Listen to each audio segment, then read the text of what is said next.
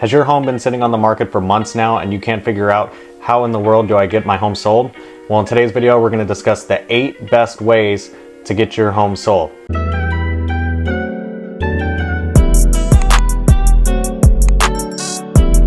My name is Tanner Shuman with Rustic Real Estate. I'm a realtor out here in Central Texas. So when your home has been sitting on the market and it won't sell, the first thing that you need to evaluate is my home priced correctly? Whatever price you choose to put on your home is going to be the most vital factor for selling your house. When putting your home on the market, it is necessary to run the comps and make sure that you're getting an accurate price for your listing.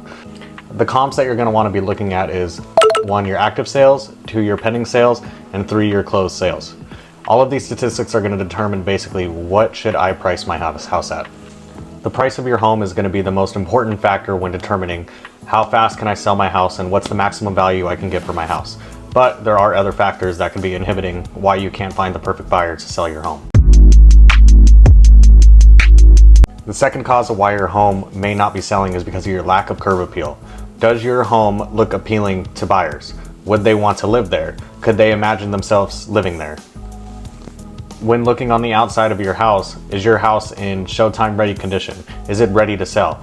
Do you have paint that's been peeling for being in the sun for many years? Is your lawn overgrown?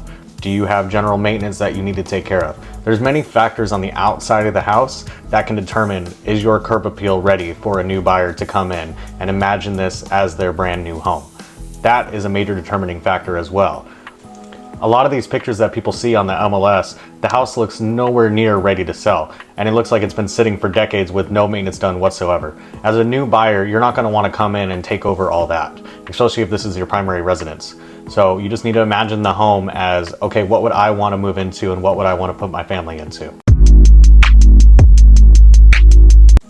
The third reason why your home is not selling is going to be the clutter and the cleanliness of your home. When a buyer walks in to do a showing, they want to imagine themselves in the home. They want to imagine their family living there, the kids running around. Maybe this is their first time, they're a first-time home buyer, and there's a lot of excitement and anticipation that goes along with it. So everything needs to be clean and showtime ready for the new buyers that are going to be coming into the home.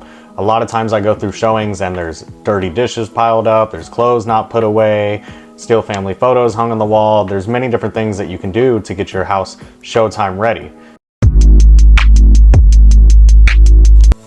The next reason why your home is not selling is going to be one of the most important ones as well, your marketing. How is your home getting out to new buyers?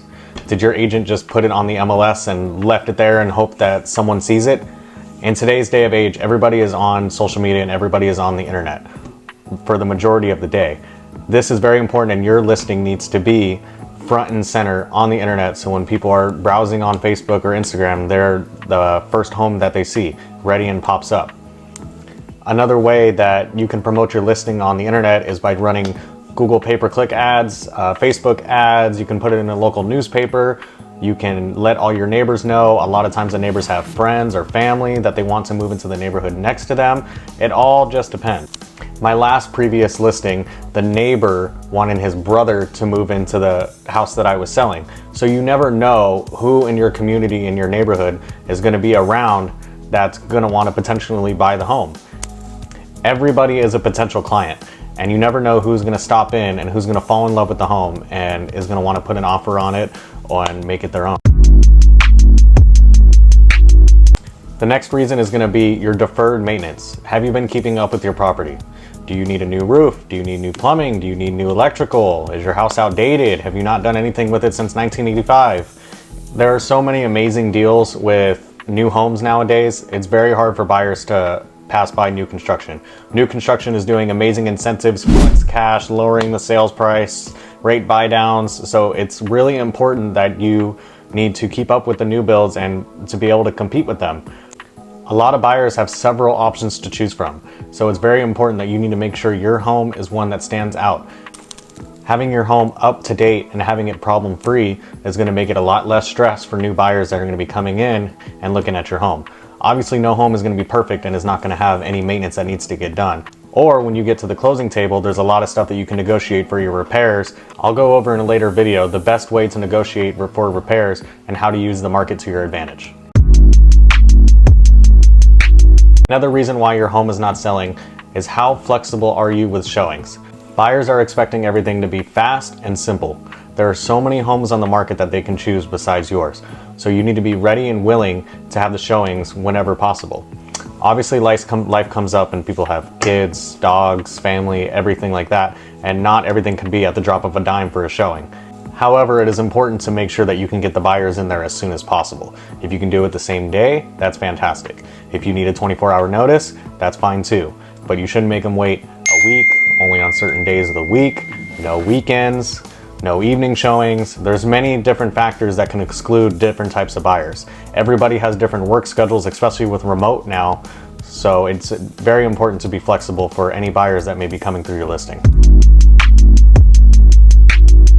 All right, this next one is a fun one. It's gonna be the market conditions. How is the market in the current day?